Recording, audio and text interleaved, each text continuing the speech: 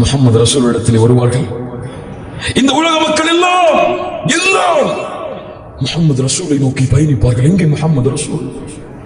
கூட்டம் மக்கள் தன்னை நோக்கி வருவதை கண்டு முஹம்மது ரசூல் ஸல்லல்லாஹு அலைஹி வஸல்லம் விரண்டு செல்வார்கள். எங்கே எங்கே?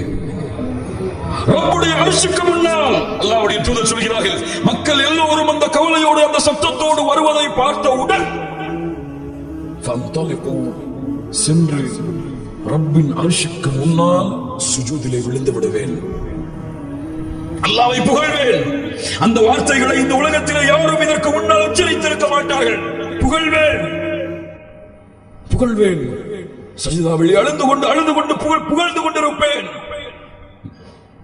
அல்லாஹ் ரப்புல் ஆலமீன்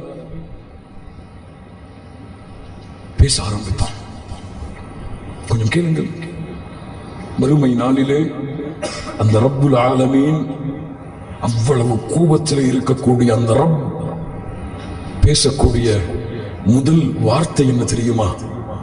முஹம்மது ரசூலை கொண்ட சமூகமே ஸல்லல்லாஹு அலைஹி வஸல்லம், அந்த முஹம்மது ரசூலை உங்கள் தலைவராக எடுத்துக்கொண்டு நடைபயணத்தை மேற்கொள்ளுங்கள்.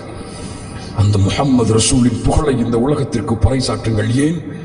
அந்த முஹம்மது ரசூலுக்கு அந்த ரப்பிடத்தில் இருக்கக்கூடிய கண்ணியத்தை, பதவியை, உயர்வை அந்த ரப்புல் ஆலமீனை தவிர வேறு யாரும் அறிய முடியாது. திரும்ப சொல்கிறேன், அந்த முஹம்மது ரசூலுக்கு அந்த ரப்பிடத்தில் இருக்கக்கூடிய பதவியை, உயர்வை, மதிப்பை, அந்த முஹம்மது ரசூலுக்கு அந்த ரப்பிடத்தில் இருக்கக்கூடிய பதவியை, உயர்வை, மதிப்பை அந்த ரப்புல் ஆலமீனை தவிர வேறு யாரும் அறிந்து கொள்ள முடியாது.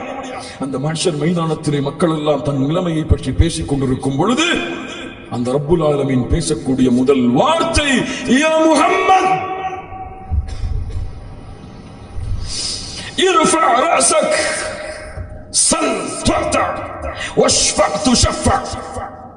முஹம்மது அவர்களே ஸல்லல்லாஹு அலைஹி வஸல்லம், தலையை உயர்த்துங்கள், போதும், தலையை உயர்த்துங்கள். நீங்கள் கேளுங்கள், நான் கொடுக்கிறேன். நீங்கள் சிபாரிசை ஆரம்பம் செய்யுங்கள், நான் சிபாரிசை ஏற்றுக்கொள்கிறேன்.